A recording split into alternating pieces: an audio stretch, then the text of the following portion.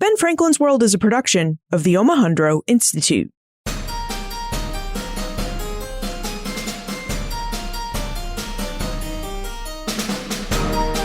Hello, and welcome to episode 228 of Ben Franklin's World, the podcast dedicated to helping you learn more about how the people and events of our early American past have shaped the present-day world we live in. And I'm your host, Liz Covart. Quote, "It is not without the most humiliating conviction of my want of ability that I now appear before you, but the sense I have of the obligation I am under to obey the calls of my country at all times. The many injuries offered to the town I pass over in silence. I cannot now mark out the path which led to that unequaled scene of horror, the sad remembrance of which takes the full possession of my soul. The sanguinary theater again opens itself to view. The baleful images of terror crowd around me, and discontented ghosts with hollow groans appear to solemnize the anniversary of the 5th of March." End quote. On March 6, 1775, Dr. Joseph Warren ascended the pulpit of the Old South Meeting House in Boston and delivered the annual Boston Massacre oration. Now, Warren used the opportunity to inspire his fellow Bostonians and New Englanders to revolution, and he did it a full month and a half before that shot heard round the world was fired at Lexington Green. Now, over the years, we've spoken with scholars who have covered some of the biggest events of the Revolution.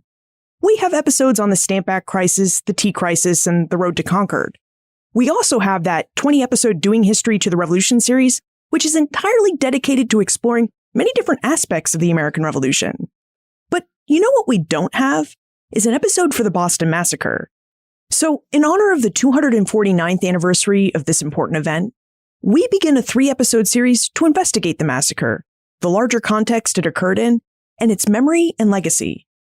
To get us started, we'll meet with Eric Hinderrocker, a distinguished professor of history at the University of Utah and the author of Boston's Massacre. Now, in this episode, Eric will help us dive into the massacre and the specifics that we know about it. So, Eric will reveal what the Boston Massacre was, when it took place, and what we know about its participants, colonial and imperial reactions to the massacre, and the ways both Bostonians and British officials used the massacre to further their causes.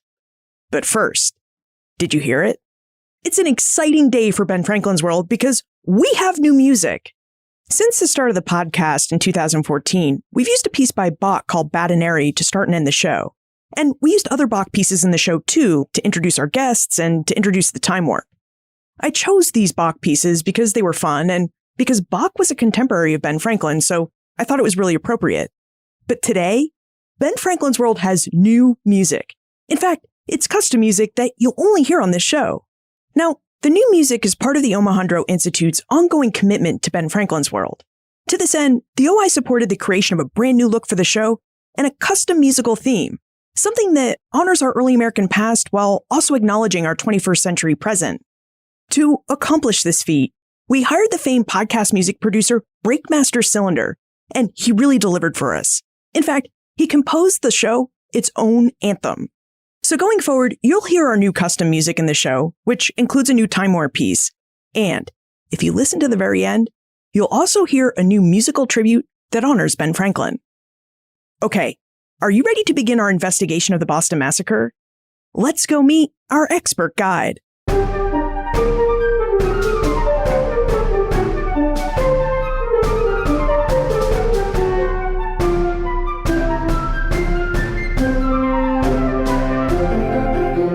Our guest is a distinguished professor of history at the University of Utah.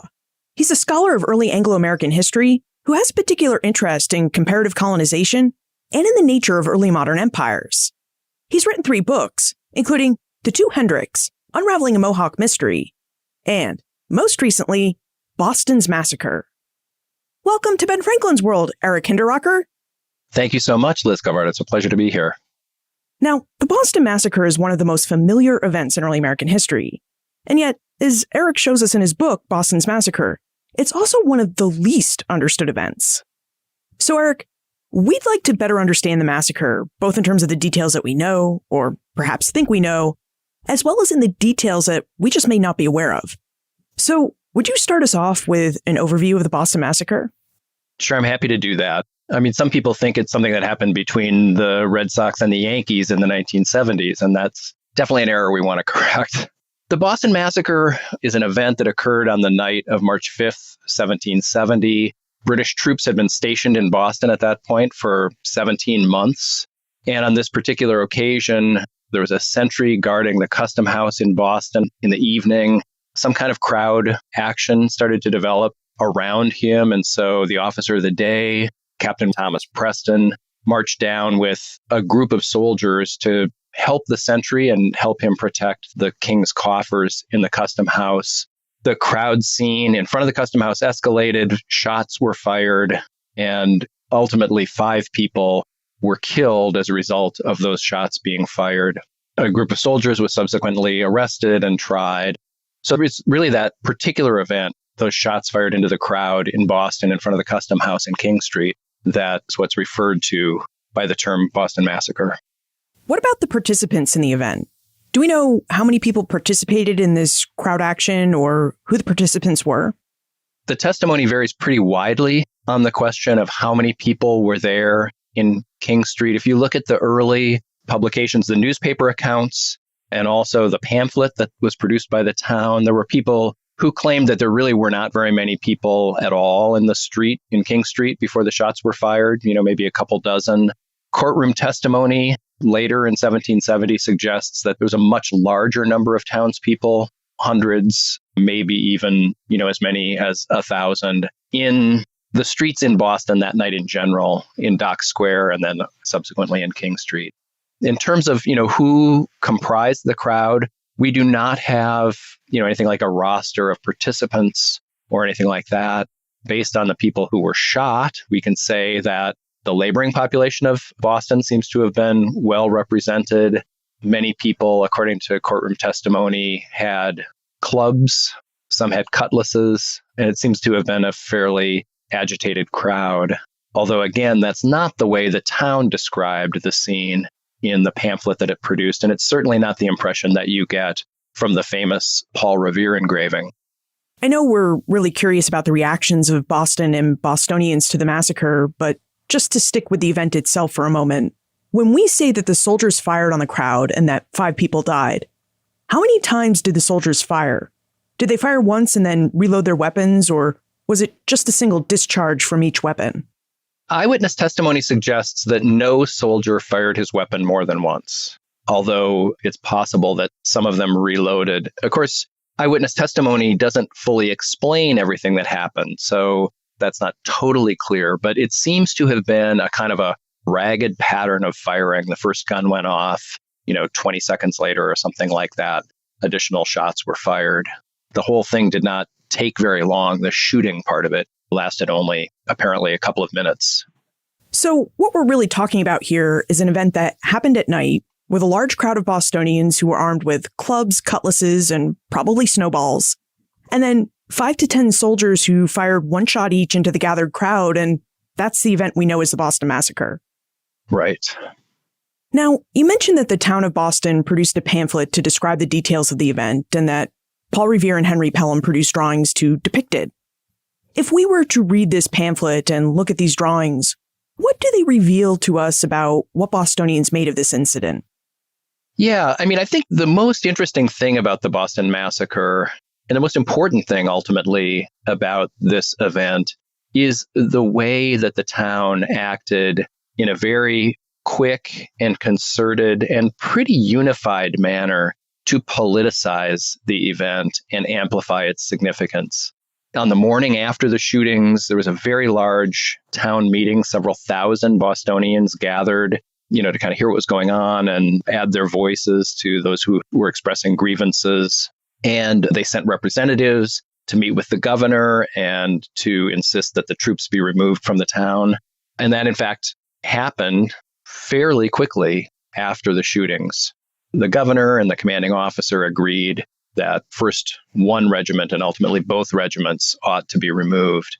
And then beyond that, that was, of course, a prime goal of town leaders, but that wasn't the end of the story as far as they were concerned, because they went on then to politicize the shootings in a really pretty concerted and effective way. And two key pieces to that process of politicization were the drafting of a pamphlet, the so-called Horrid Massacre pamphlet, which was drafted by a subcommittee of the town meeting and which included dozens of depositions from eyewitnesses, and that also constructed a narrative of events that kind of explained from the town's point of view what had happened. And that pamphlet was printed pretty quickly, within a few weeks after the shootings. It was not originally intended to circulate in Boston because town leaders understood that if it did circulate in Boston, it would potentially bias the trial of the soldiers that was still to come. So what they did with that pamphlet initially was shipped it to London to kind of a wide array of political figures, not only in London, but throughout England, mostly people that they felt were in sympathy with their cause. And then the further thing that happened, kind of famously, is that a Boston printer named Henry Pelham drew a sketch of the scene, which he intended to strike in print form. Somehow Paul Revere, who was a competing printer, got his hands on that sketch first and published his own print first. So there are actually two versions of this print that were struck within about a week of each other at the end of March 1770. Henry Pelham complained that Revere had stolen his picture, and he was really unhappy about it. But this is a really familiar image that I think all of us would immediately recognize from textbooks. And it's just one of the most frequently reprinted images from 18th century British North America. And the point that I make in the book and that I would stress in this conversation is that, it's very clearly a propaganda piece. It shows an orderly row of soldiers firing in unison while the officer, Captain Preston, has his arm raised, giving an order to fire. It shows a very small and well-dressed crowd of people. It is clearly a depiction of an event where the soldiers are wholly to blame and the townspeople aren't doing anything wrong. And so, in the month after the shootings, in the town of Boston, the town meeting in particular and the patriot leadership of Boston does kind of an amazing job of orchestrating impressions around this event to kind of amplify the sense that they were innocent and that they are righteously aggrieved by what had happened in front of the Custom House that night. I'm really curious about this pamphlet, the Horrid Massacre pamphlet, because you said that its purpose was to be shipped across the Atlantic back to London. And I wonder if you could tell us why. What did Boston hope to accomplish by sending an account, specifically their account of the event, back to London? It's a really good question. Boston leaders recognized very clearly that their most important audience for this event and the aftermath of this event was in London. Of course, what they were trying to do was influence parliamentary leadership in, I guess, several different ways. One of the things that they really wanted to drive home is that this form of military occupation was incompatible with civil government in peacetime. They also more generally wanted to drive home the idea that parliamentary policy toward the colonies, particularly revenue acts and the customs regulations that went along with the revenue acts, were unjust and ought to be reconsidered by Parliament. They saw in these shootings an opportunity to kind of, grab political leaders in England by the lapels and, ask them to listen and pay attention to what was going on in the colonies. And they were very adept in doing that from, pretty much the day after the shootings forward. Okay, so now that we know how the Bostonians responded to the shootings on King Street, Alisic would like to know how the British military responded. From the point of view of the soldiers who were stationed in Boston and the officers in particular that had command of them, also the customs commissioners, officers of the Crown whose offices were in Boston and who were trying to regulate colonial commerce from their headquarters of the Boston Custom House. From the perspective of these folks, the town wanted to make the argument that the soldiers were rampaging through town. They had been a constant thorn in the side of Bostonians, and that they initiated aggressive action on the night of March 5th. From the point of view of the soldiers, they wanted to make the opposite case. They wanted to argue that it was townspeople who were gathering in large numbers in the streets on the night of March 5th, the afternoon and evening of March 5th, who were threatening and assaulting them. And they wanted to essentially shift the blame to townspeople who created a situation in front of the custom house that was so threatening, so chaotic, that they had no choice but to discharge their weapons. And so the customs commissioners orchestrated the publication of a second pamphlet, which also included a narrative of the evening's events and which also included a series of depositions. Most of the depositions came from soldiers who were stationed in town that, really kind of presented a competing view of the events of March 5th, in which townspeople were primarily, if not wholly, to blame. And so the British military, one of the things about the situation of the British military, I don't know if you want to segue into this, I'd be happy to talk a little bit more about the whole problem of policing civilian populations in peacetime. But I would just say at the outset that this is something that soldiers and officers hated to be asked to do. And they really found themselves in what they considered to be an untenable situation in Boston. And they felt that they were pushed to the brink of, what they could tolerate by townspeople. And that the shootings were an unfortunate outcome of that, but kind of inevitable given the circumstances. The soldiers felt like they were in an untenable situation. I don't know about you, but I'm just wondering how the situation got to this point.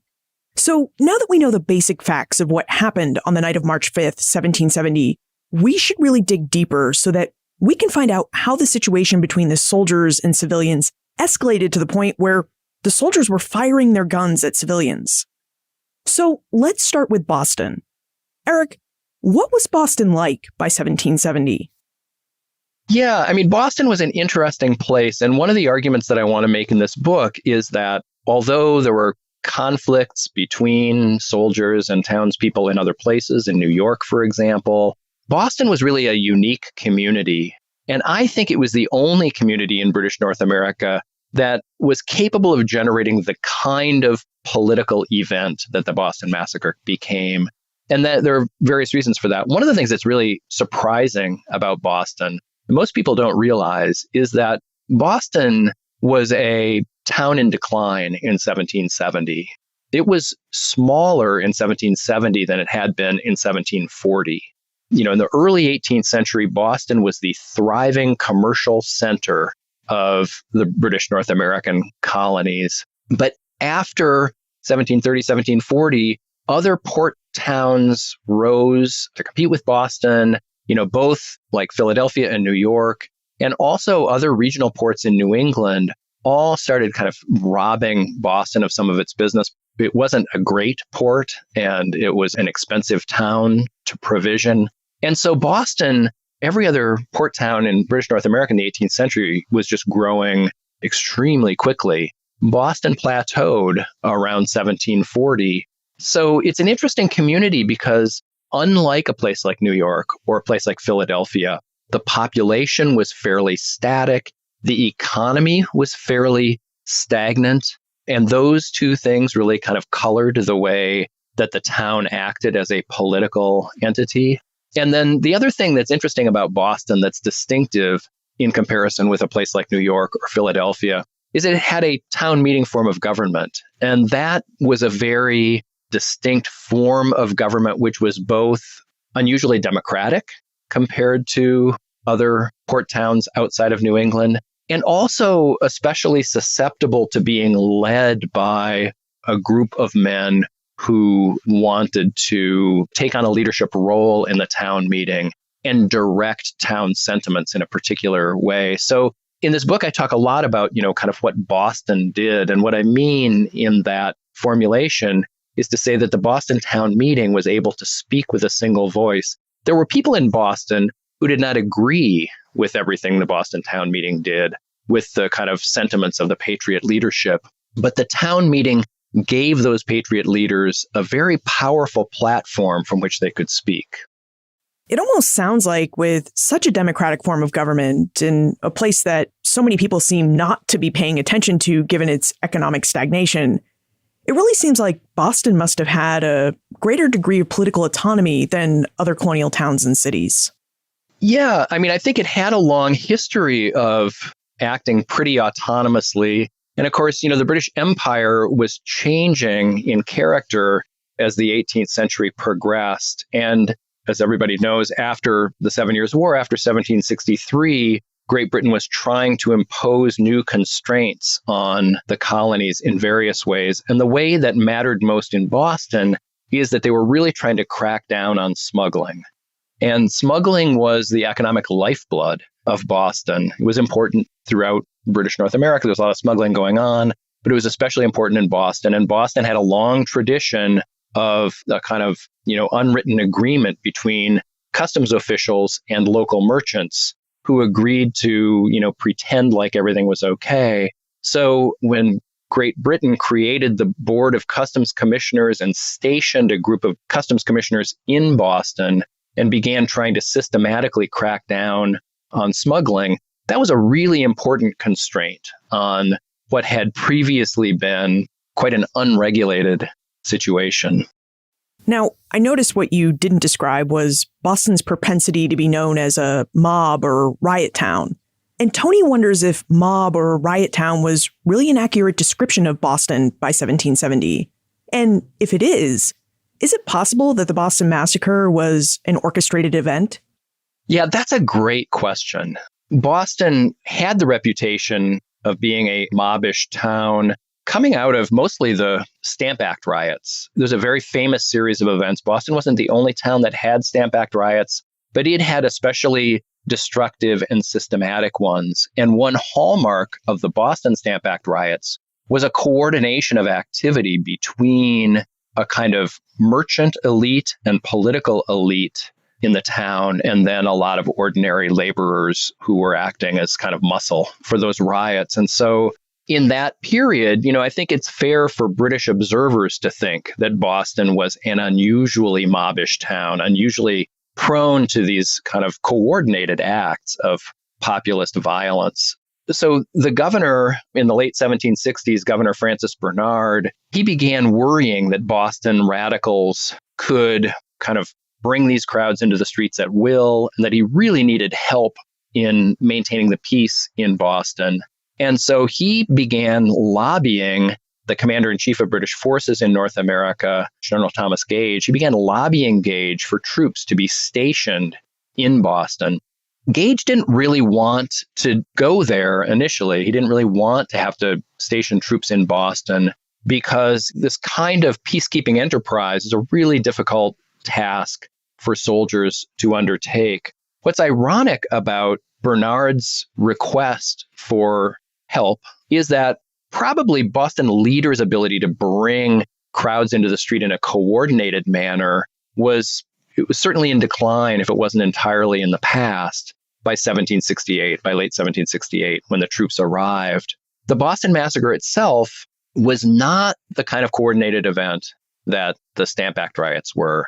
And the evidence is, Pauline Maier wrote very effectively about this many years ago, the evidence is that the Sons of Liberty crowd had nothing to do with the crowds in the street on the night of March 5th, 1770. There was some pre-existing tension from the weekend between soldiers and laborers in town. And so there was a kind of premeditated aspect to the conflict that developed in the streets that night, but it was not being led by any kind of like a patriot leadership group. And it seems to have been more or less a kind of homegrown, spontaneous crowd action that was really driven primarily by the concerns and interests of Boston laborers. So even though patriot leadership didn't have anything to do with bringing crowds into the street, they nevertheless kind of stepped to the fore after the shootings and took control of the messaging that followed the shootings. And so, therefore, the Boston Massacre has always, I think, been seen as being quite similar to the Stamp Act riots, those orchestrated riots of earlier years. But I think it's actually quite a different event in the way that it developed. So from an imperial standpoint, it really does seem as though Boston could use some military intervention. I mean, you mentioned Boston was a town with a smuggling problem, that it was a place with a proven track record of rioting against parliamentary taxation, and that the Massachusetts governor seemed to really worry about his ability to keep the peace in 1768. Now, Thomas Gage would eventually send Governor Bernard the soldiers that you had mentioned, and I wonder if you would tell us a bit more about the soldiers he sent to Boston and what it would have been like for the Bostonians to have such a sizable military presence in their midst. Yeah, Gage initially was a little reluctant. From Gage's perspective, what he wanted was a clear directive from, an officer of civilian government, a magistrate, to bring soldiers in a peacekeeping effort. Because the British law was designed to constrain what soldiers could do in peacetime, and they could really only act in a town like Boston at the instruction of local magistrates. So Gage didn't want to send soldiers until Bernard asked for them. And Bernard didn't want to ask for them because he knew he would immediately get into trouble with his council and with everybody in Massachusetts. So what he kept saying to Gage was, I don't want to ask you for troops, but I really think you should send them. And Gage was saying, well, I won't send them unless you ask for them. And then some things happened in 1768. There was a circular letter that went out from the Massachusetts Assembly to other colonial assemblies in the colonies. There was a riot in the summer, and there was a very controversial town meeting in early fall. And those three things gradually caught the attention of more and more people. So Gage initially didn't want to send soldiers. Then he recognized the need to send them, and he asked Bernard, do you want one regiment or two regiments? And Bernard said, I want two regiments. And then when the king got wind of the riots in Boston in the summer of 1768, he instructed Gage to amp up the pressure even more and send a couple of other regiments plus a detachment of Royal Artillery.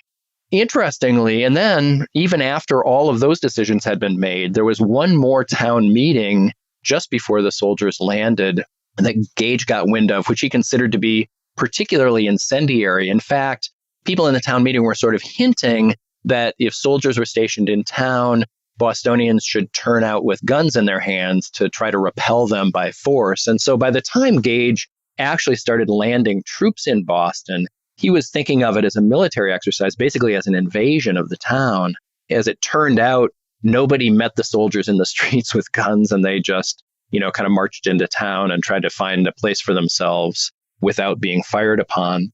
But the next problem that Bernard and Gage faced is the fact that there were no barracks in Boston, and Boston was really unwilling to give up a large public space that could house all of the soldiers. And so there's a lot of back and forth about that. But the upshot is that the soldiers ended up scattered through town in a series of smaller barracks facilities that were in warehouses and stores and so on. And so it had the effect of distributing the population of soldiers through the town in a way that probably interfered somewhat with military discipline. And it also meant that, from Bostonians' perspective, soldiers were everywhere.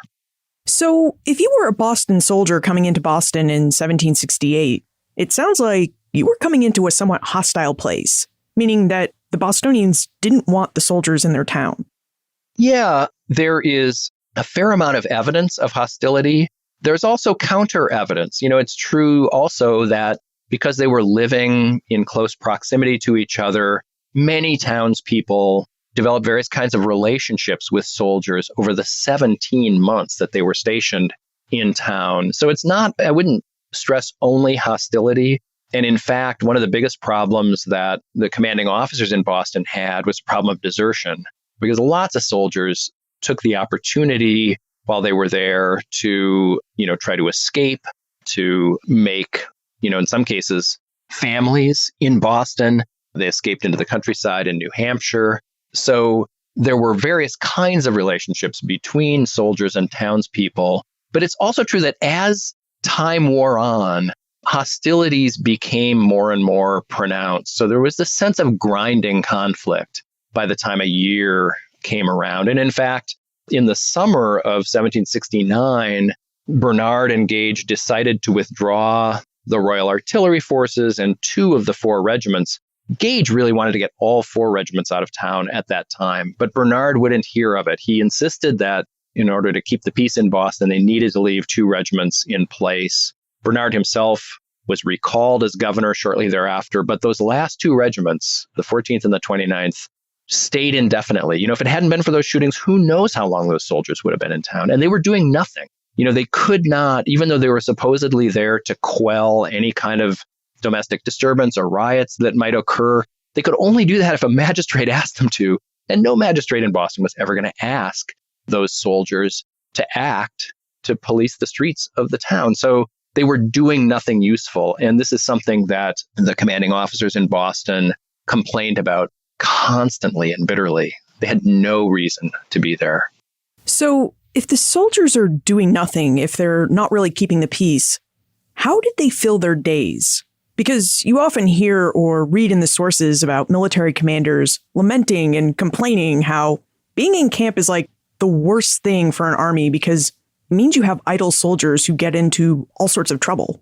Right. And there's definitely evidence of soldiers getting into various kinds of trouble, both kind of off-duty scrapes with townspeople and provocations, fights. One of the claims that has often been made is that soldiers were competing with Bostonians for employment, that they were looking for other things to do while they were off. Although that seems like a reasonable possibility, I did not find much evidence of that in contemporary sources. I didn't find Bostonians complaining about economic competition from soldiers. But there is a famous event that occurred a couple of days before the massacre when a soldier was approaching a rope works, and one of the workers at the rope works, asked him if he was looking for work, and he said yes. And the townsperson made an insulting reply, and they ended up getting into a brawl. And this melee was supposedly one of the main precipitating events of the shootings themselves. But off-duty soldiers in the 1760s would have, been doing a lot of the same things that off-duty soldiers everywhere do. One thing that's distinctive about this population of soldiers, though, is that because this was peacetime army, most of these soldiers would have been enlisted during the 7 Years' War. So it was an aging army. It was also an army where, a lot of people had wives and children. So, there's a whole range of living arrangements in Boston, a whole range of types of people. And of course, the people who were stationed in Boston were not just foot soldiers, but also officers. Many people were in barracks. Many people were renting rooms in town. It's a really, complicated and fluid situation. Earlier you mentioned that Boston was a place experiencing economic stagnation. And although soldiers can bring a lot of trouble to a place, they also tend to bring a fair amount of money. Both the money that they're earning while in the ranks and then spending in local businesses, and the money that the government brings to spend on them. So could you speak to the broader impact that having all these soldiers in Boston would have had on the local economy? Yeah, that's a really interesting question. It's something that I got really interested in working in the papers of Thomas Gage, because those papers include financial records of the Army as well as correspondence and so on. And you're exactly right to say that having soldiers in Boston brought a lot of money into the community. The Army created demand for all kinds of raw materials, for fitting up warehouses and stores as barracks, and for supplying troops. So the Army spent a lot of money in Boston while it was there. In fact, it spent more money in Boston because Boston was an unusually expensive place to try to operate. It spent more money in Boston than every place else in North America combined for a little while when all four regiments were in town. And so there's no question that many Bostonians profited. Property owners who were leasing property to soldiers as barracks were charging top dollar for the privilege. Laborers and artisans were employed in various forms of construction. There's a lot of provisioning money being spent. I mean, you can't really quantify what difference it made to Boston, if it made the town suddenly feel prosperous. But it certainly did bring new economic prospects for quite a few different individuals, sort of across the social spectrum during the time of occupation. So the soldiers really brought a bit of the good with the bad. The good with the bad. Now, earlier you noted that the soldiers really didn't like being placed on peacekeeping duty, that they often felt like their hands were tied, and Jeremy has a question related to this. He wonders if you could tell us a bit about the soldiers' training. Would the soldiers stationed in Boston have had specialized training in keeping the peace and interacting with a civilian population? Yeah, Jeremy asks a really good question. The simple answer is no. They had no training. I mean, actually, even in military affairs, people who observed the British Army worried that British soldiers, relative to their continental counterparts, were undertrained for their assignments in warfare. But peacekeeping was even worse. And, peacekeeping was a special problem because the kind of legal structure of Great Britain was really designed to protect the civilian population against the possibility that the military would act against its interests. England had this very strong old tradition of opposition to standing armies, because in the 17th century in England, the idea was that a standing army is the instrument of a tyrannical king. And in the 17th century, the English cut the head off of one of their kings. They overthrew a second king in the Glorious Revolution, and they were very committed to the idea that you don't want to give these resources to a potentially tyrannical monarch. But over the course of the 18th century, this is a period of almost continuous warfare with various continental rivals, and especially with France.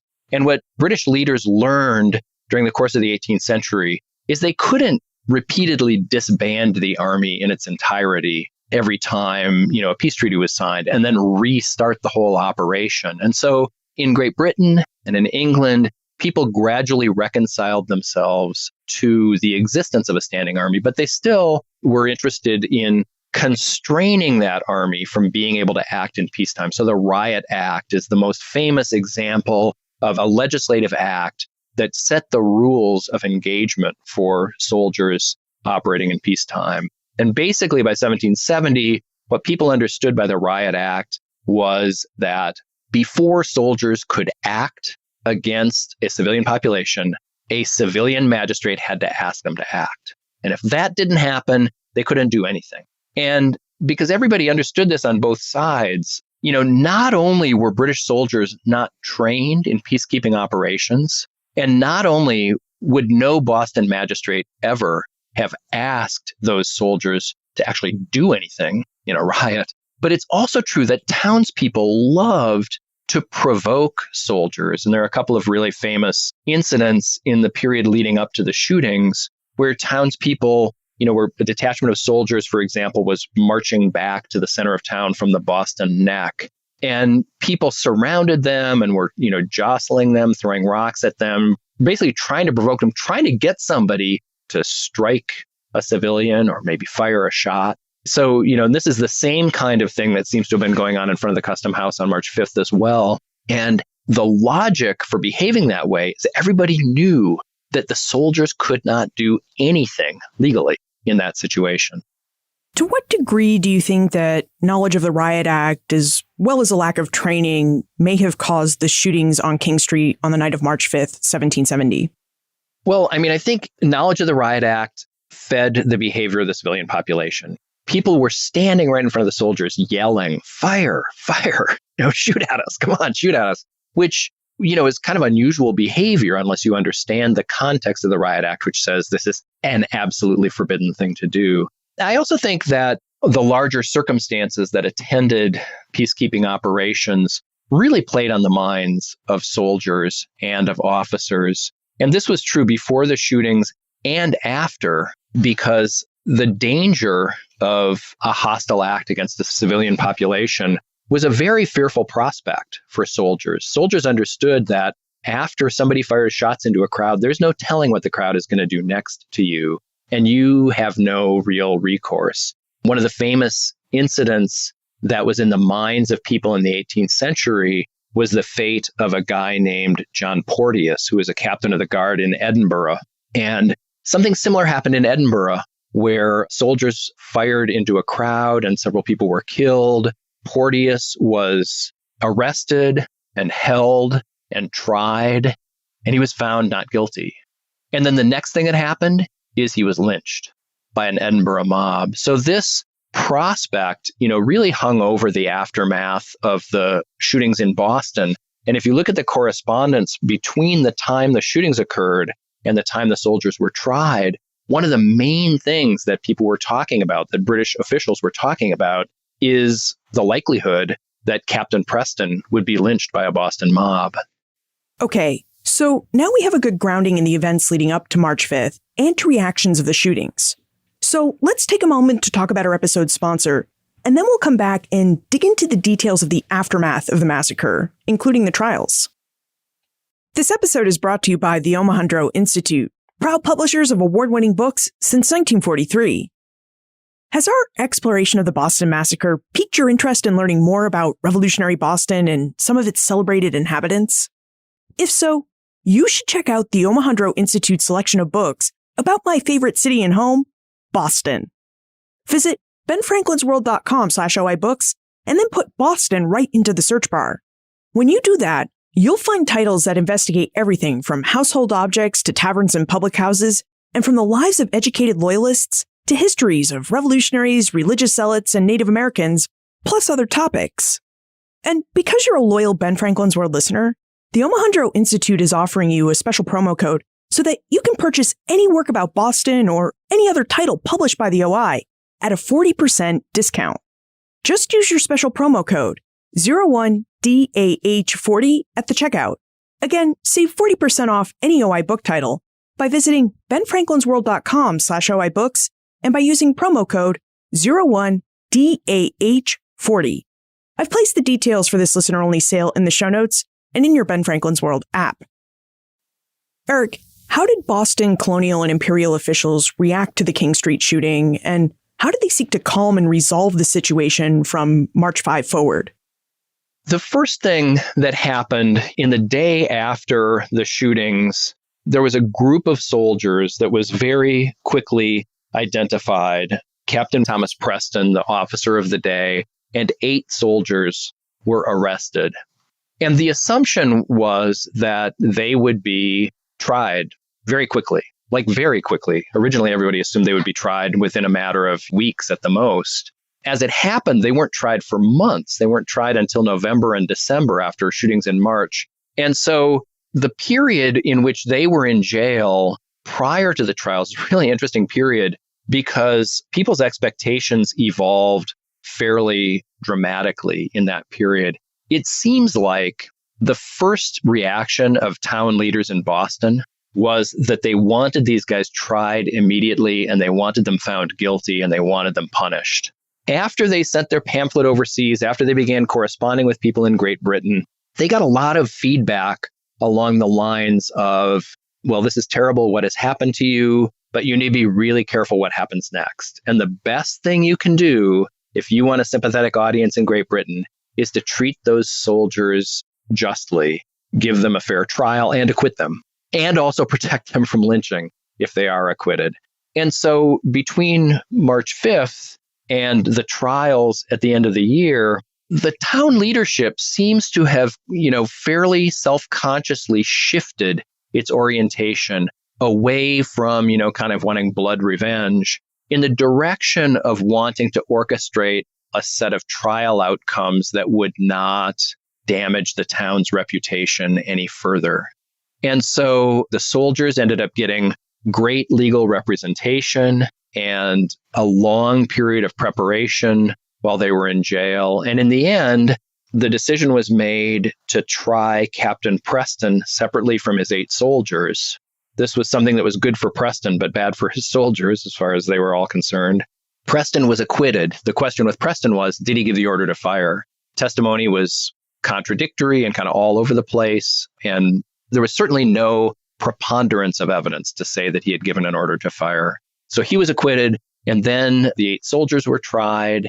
They didn't all get off. 2 of them were actually considered to have believed to have been responsible for 2 of the deaths. And those 2 were convicted of manslaughter. The other 6 were acquitted. The 2 who were convicted of manslaughter were sentenced to death. That's the sentence for manslaughter in the 18th century. But they were given the benefit of clergy. They were branded on the thumbs and sent back to join their regiments. The benefit of clergy basically says that for a first offense, you can avoid the consequences of your actions one time. You noted that the soldiers had a really good legal defense team, and Les is really curious about a member of that defense team, John Adams. So Eric, How did John Adams come to serve as one of the soldiers' defense attorneys, and did he ever receive any backlash for his work on their behalf? Yeah, well, Adams is, of course, the famous figure in all of this in the trials. And, one of the reasons that his role is so well known is because he wrote about it. Not at the time, but after the fact, retrospectively. And so some of what we know about his involvement comes from his own memoirs. He did say that townspeople gave him a lot of grief in his memoirs. And I'm sure that's true.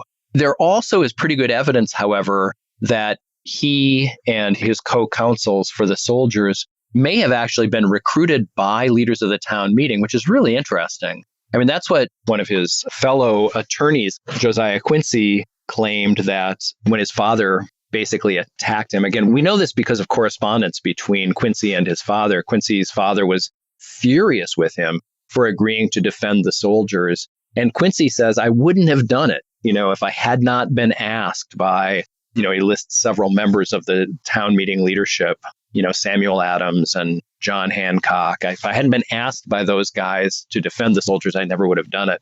Adams never says that he was recruited by town leaders in that fashion, but my guess is that if Quincy was being honest in saying that he was recruited, then Adams probably also was recruited. And the third lawyer acting on behalf of the soldiers in the Preston trial, Robert Auchmuty.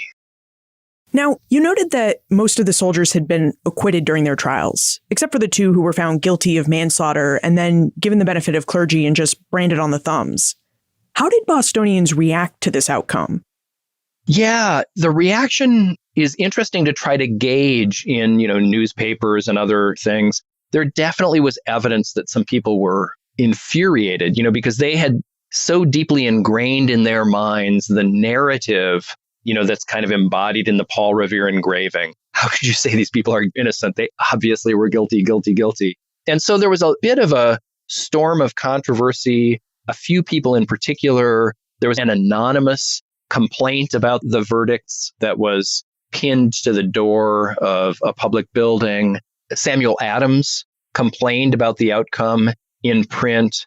But actually, what I found most striking about the outcome of these trials is how little evidence there was of any kind of a public backlash against them. And I take that as an indication that it was pretty broadly understood in the town by the time the trials were complete that the town would not benefit and would probably, in fact, harm itself by bringing an unfavorable verdict against the soldiers. It's kind of an oddly quiet moment in Boston in the wake of those trials. And yet it would be only 2.5 months later that the town would choose to commemorate the shootings with this series of public events.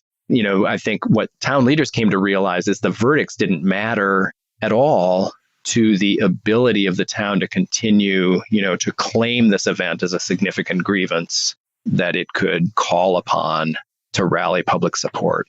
Yeah, I wonder if you would tell us a bit more about how Bostonians called upon the shootings to rally public support, because Tumek is very curious about the immediate legacy of the Boston Massacre and whether it impacted the Whig or revolutionaries' ability to further their cause. Yeah, I think it had a huge impact in Boston. I mean, one of the things that's kind of interesting that I found, for example, if you look at that Paul Revere print or the Henry Pelham print, the other kind of derivative prints of the shooting, those prints were all over the place in Boston, but you can't find much evidence that they circulated beyond Boston. And similarly, Boston almanacs and New England almanacs, noted the Boston Massacre.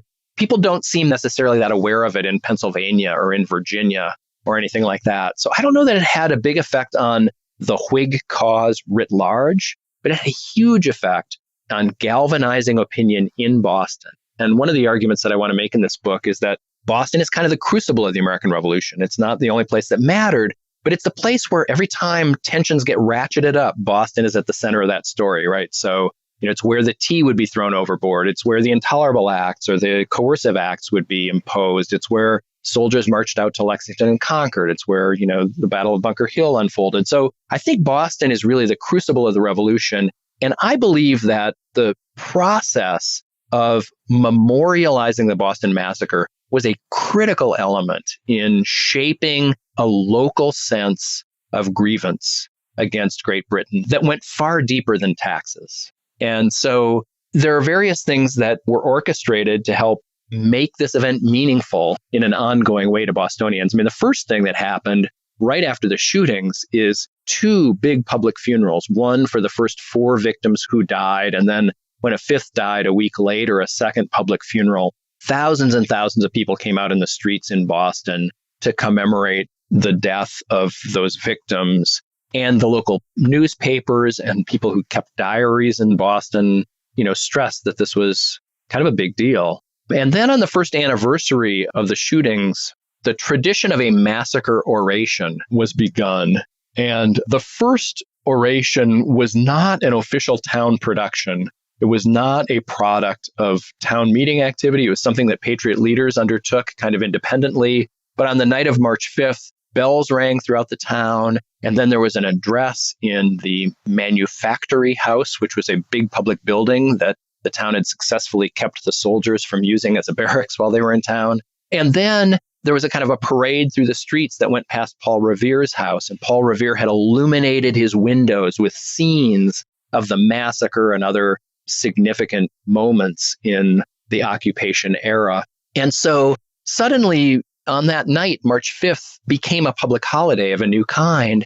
And then after that first year, the town meeting took over the event. And they actually shifted the whole calendar of the town meeting so that the first day of the town meeting every year was March 5th. And the first thing they would do is gather in the morning to endorse the selection of an orator and then adjourn and go to the Old South Meeting House or some other big public space to hear the massacre oration. So the massacre oration, which then was a matter of kind of recounting the horrors of British occupation and the violence of the soldiers against the townspeople, that became the starting point of Boston's annual calendar of political business from 1771 all the way through to the end of the war until 1783. So I think in that period, from 1770 to 1783, the Boston Massacre was a foremost event in the minds of Bostonians that really kind of crystallized their sense of grievance against the British Empire and galvanized them to hold fast to a patriot cause. So that was the immediate legacy of the Boston Massacre. What do you think its enduring legacy has been? I mean, why do you think this is an event that we still need to revisit and try to better understand? Well, I think it does have ongoing relevance. And certainly there are times when people look back and want to invoke the Boston Massacre. One really good example of a time like that was when National Guardsmen fired into a crowd of students at Kent State University in 1970. Those Kent State shootings just immediately suggested to lots of observers an analogy with the Boston Massacre. And more generally, I think with the Boston Massacre, if you remove it from the particular context of a kind of an incipient colonial rebellion, the Boston Massacre highlights the problem of local officials policing a population with force. And so to the extent that, issues of police violence have come to the fore in the last decade or two in the United States, I think the Boston Massacre provides one context for thinking about the problems that you can have when you have an armed arm of government that is charged with keeping the peace in a population where they're not really part of that population. They're not really an organic part of the community. Now let's jump into the time warp. This is the fun segment of the show where we ask you a hypothetical history question about what might have happened if something had occurred differently or if someone had acted differently.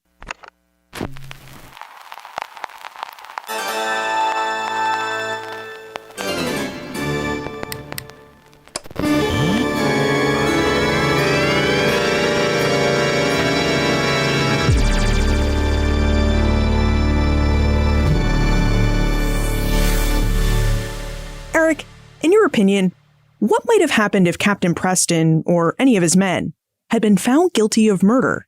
How would the course of the American Revolution have been different? I think if Preston had been found guilty, things might have played out a little bit differently. Of course, a lot of people expected him to be found guilty. You know, Thomas Hutchinson and Thomas Gage were corresponding about that possibility during the summer. And Preston himself, I think, was quite convinced, quite fearful that he would be found guilty. An officer in his situation, if he had been found guilty, could expect a royal pardon. There were precedents for this, and that's really what, everybody expected would probably happen. The problem was the time it would take for a royal pardon to arrive, because he couldn't be pardoned preemptively. The king had to get word that he had been found guilty. He'd have to get word of the verdict and then send the pardon back across the Atlantic. So that means 2 transatlantic crossings. This would be a matter of months. So if he'd been found guilty, he would have been sent back to jail. He would have been waiting and waiting.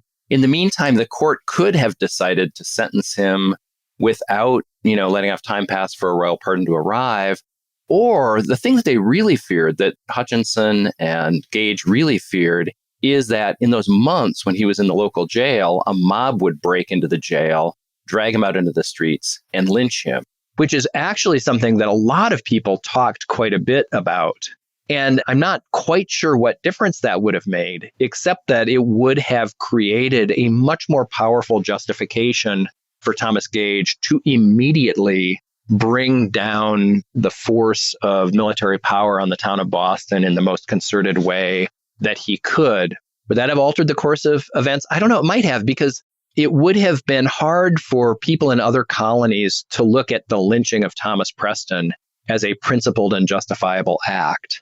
As the 1770s progressed, many people in Britain observing the colonies believed that war was about to break out. But they thought it was going to be a war between Great Britain and Boston or Massachusetts, or at the most New England. And all they had to do was kind of suppress, that kind of radical patriot movement in that one troublesome area, and all the rest of the colonies would be okay. What they did not anticipate was the extent to which the colonies would act in a kind of unified manner to defend Boston. So when the Tea Party comes along and the coercive acts follow, the port of Boston is shut down. Many British leaders were just shocked to discover that every one of the 13 colonies that would eventually unite in rebellion were, sympathetic to Boston and defending them and trying to get them supplies so that they wouldn't suffer too much while the port of Boston was closed. So, if you can imagine a lynching of Thomas Preston, maybe it would have kind of broken that sense of unity in 1770 in a way that would have made it easier for officers of the British Empire to isolate and punish Boston and leave everybody else out of it. So, Eric, what comes after Boston's massacre? What aspect of history are you investigating now? The thing I'm working on most immediately is a project with my colleague here at the University of Utah in colonial Latin American history, Rebecca Horn.